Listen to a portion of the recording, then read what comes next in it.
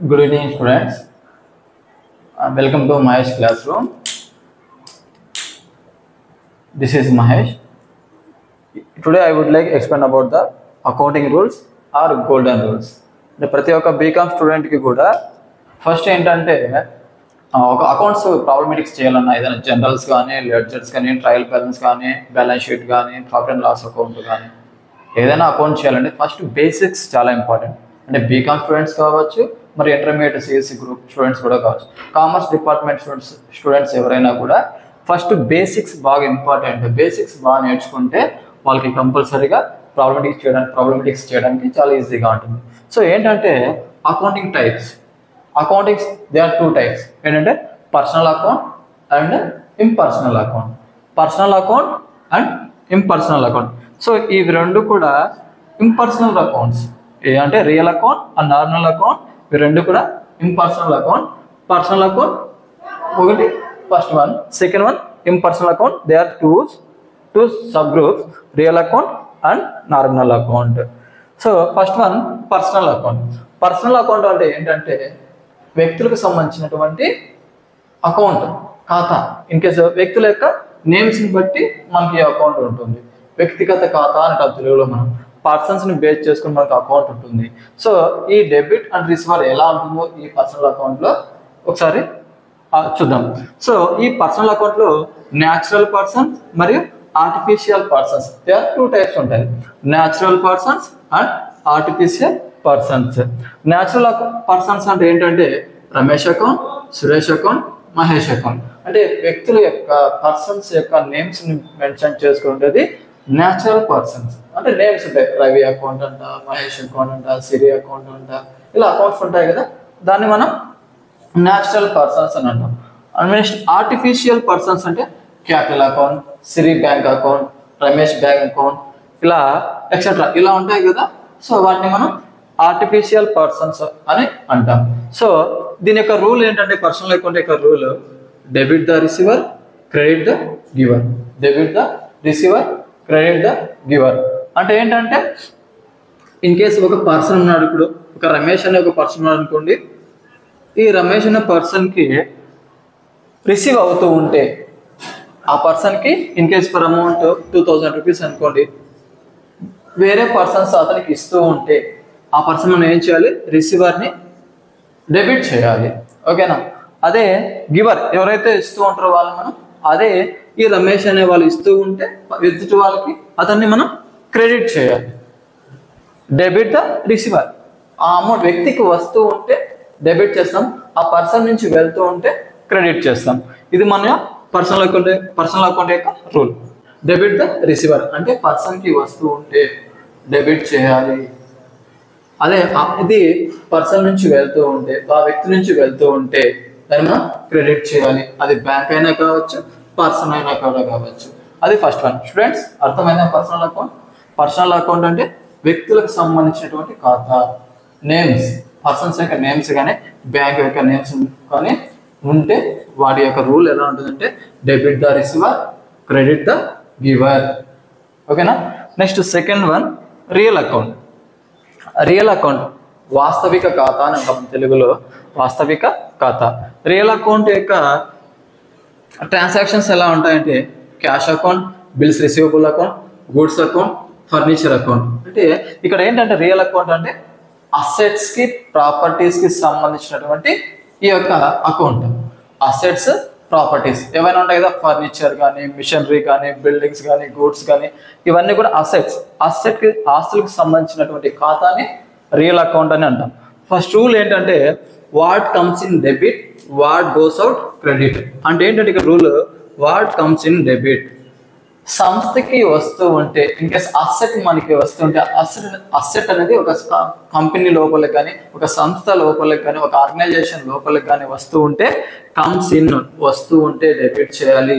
అదే ఆ సంస్థ నుంచి ఆ యొక్క ఫర్నిచర్ కానీ, మిషనరీ కానీ ఏదైనా బయటకు వెళ్తూ ఉంటే క్రెడిట్ చేయాలి. ఫర్ ఎగ్జాంపుల్ నేను ఒక కంపెనీ పెట్టాను అనుకోండి, నాకు ఒక కంపెనీకి ఒక మిషనరీ కావాలి, ఆ మిషనరీ నేను కొనుగోలు చేస్తున్నాను అనుకోండి, అప్పుడు నేను ఆ మిషనరీ నేను డెబిట్ చేసుకోవాలి.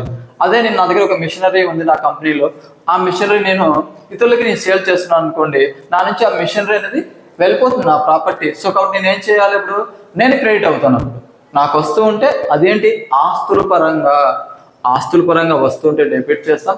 అదే ఆస్తులు ప్రాపర్టీస్ మన నుంచి వెళ్తుంటే క్రెడిట్ చేస్తాం. కంపెనీ లోపలికి వస్తే డెబిట్, కంపెనీ నుంచి బయట వెళ్తే క్రెడిట్. ఓకేనా, ఇది రియల్ అకౌంట్.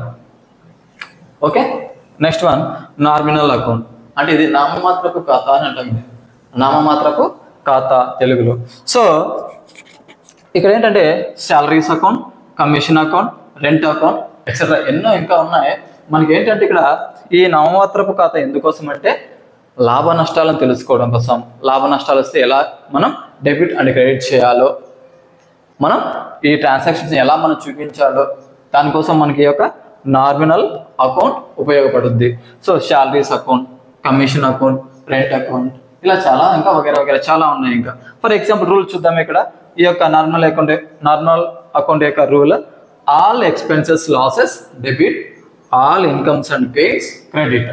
ఇక్కడ ఏంటంటే all expenses and losses debit అంటే ఒక సంస్థ కానీ ఒక పర్సన్కి కానీ లాస్ కానీ ఎక్స్పెన్సెస్ కానీ అయి ఉంటే ఆ లాస్ని ఎక్స్పెన్స్ని మనం పర్సనల్ అకౌంట్గా తీసుకుంటాం. ఆ పర్సనల్ అకౌంట్లో మనకి లాస్ అయితే డెబిట్ చేస్తాం, మనకి ఖర్చులైనా డెబిట్ చేస్తాం. అదే all incomes and gains credit. మనకి ఏదైనా ఇన్కమ్స్ కానీ, మనకి ఏమైనా ఆదాయాలు కానీ, మనకి మిగుళ్ళు కానీ ఏదైనా ఉంటే క్రెడిట్ చేసుకోవాలి. ఫర్ ఎగ్జాంపుల్ ఇప్పుడు శాలరీ అకౌంట్ అని చెప్తున్నాను. శాలరీ ఫర్ ఎగ్జాంపుల్ నేనే ఒక కంపెనీలో వర్క్ చేస్తున్నాను అనుకోండి. నాకే పర్ మంత్లీ నాకు శాలరీ ఒక 25,000 అనుకోండి. 25,000 నాకు శాలరీ వస్తుంది. సో కాబట్టి నాకు ఇక్కడ ఈ యొక్క ఇన్కమ్ నాకు ఇది. సో నాకు ఇదొక శాలరీ అనేది నాకు ఇన్కమ్. సో కాబట్టి నాకు ఇన్కమ్ శాలరీ వస్తుంది కాబట్టి నేను ఏం చేస్తాను, all incomes and gains credit. ఓకేనా, అంటే నాకు ఇక్కడ ఇన్కమ్ ఉంది కాబట్టి నేను శాలరీ అకౌంట్ని నేను క్రెడిట్ సైడ్ చూసుకుంటాను. అదే ఫర్ ఎగ్జాంపుల్ నేను ఒక కంపెనీలో మేనేజర్గా పనిచేస్తున్నాను. నా కింద స్టాఫ్కి నేను ఒక కంపెనీకి ఒక అధిపతిని అనుకుందాం. నేనే సమ్ పీపుల్స్కి, సమ్ వర్కర్స్కి లేదా సమ్ ఎంప్లాయ్మెంట్స్కి నేనే శాలరీ పేమెంట్ చేస్తున్నాను, పే చేస్తున్నాను అనుకోండి. అంటే నా నుంచి ఆ యొక్క అమౌంట్స్ వెళ్తున్నాయి కాబట్టి నాకు అవి ఎక్స్పెన్సెస్ అవుతాయి, లాసెస్ అవుతాయి. సో కాబట్టి నాకు ఎక్స్పెన్సెస్ కానీ లాసెస్ కానీ వస్తే డెబిట్ చూపిస్తాను. నాకు ఏమైనా ఎక్స్పెన్స్ లాస్ అయితే డెబిట్ చూపించాలి, సంస్థకైనా లేదంటే ఒక పర్సన్కైనా. నెక్స్ట్ ఇన్కమ్స్ గెయిన్స్ ఉంటే క్రెడిట్ చేసుకోవాలి. అది normal account. Personal account rule ఏంటి చూడండి, debit the receiver, credit the giver.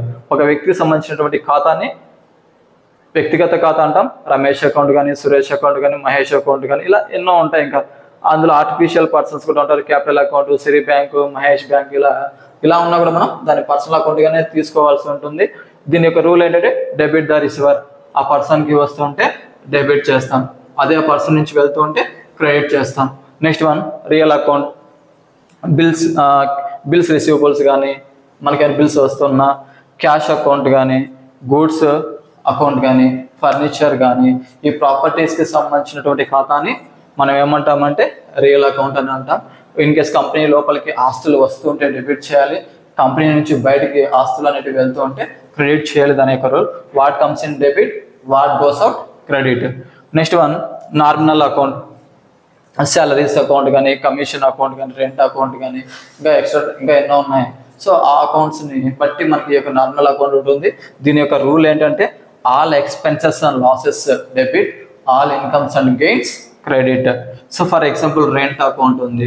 So నేను ఒక బిల్డింగ్లో రెంట్ కొంటున్నాను అనుకోండి. నేను పర్ మంత్లీ ఒక ఓనర్కి 5,000 రూపీస్ నేను రెంట్ పే చేయాలి. అది నాకు ఎక్స్పెన్సెస్ కాబట్టి నేను దాన్ని డెబిట్ సైడ్ చూపిస్తాను. అదే నేను ఒక ఓనర్ అనుకోండి, ఒక బిల్డింగ్కి నాకు పర్ మంత్లీ ఒక 5,000 రూపీస్ నాకు ఇన్ కేస్ పేమెంట్ అనేది నాకు రిసీవబుల్ అవుతుంది అనుకోండి. సో ఆ యొక్క ఇన్కమ్ నేను క్రెడిట్ సైడ్ చూపిస్తాను. ఓకేనా, ఎక్స్పెన్సెస్ లాసెస్ని మనం ఇన్కమ్స్ని గెయిన్స్ని నార్మల్ అకౌంట్లో చూపించాల్సి ఉంటుంది. ఓకేనా, అదే అసెట్స్ సంబంధించినటువంటి ఏవైనా యాక్టివిటీస్ ట్రాన్సాక్షన్స్ కానీ ఉంటే రియల్ అకౌంట్లో చూపించాలి. వ్యక్తులకు సంబంధించి పేర్లకు సంబంధించి ఏవైనా ట్రాన్సాక్షన్స్ ఉంటే పర్సనల్ అకౌంట్లో చూపించాల్సి ఉంటుంది. ఇది గాయ్స్ ఈ యొక్క త్రీ రూల్స్ మనము బాగా నేర్చుకుంటే ఏ యొక్క అకౌంట్ అయినా కూడా అది లెడ్జర్ కావచ్చు, ట్రయల్ బ్యాలెన్స్ కావచ్చు, ప్రాఫిట్ అండ్ లాస్ అకౌంట్ కావచ్చు, బ్యాలెన్స్ షీట్ కావచ్చు, దేనైనా మనం ఈజీగా చేయడానికి ఆస్కారం ఉంటుంది. Thank you guys.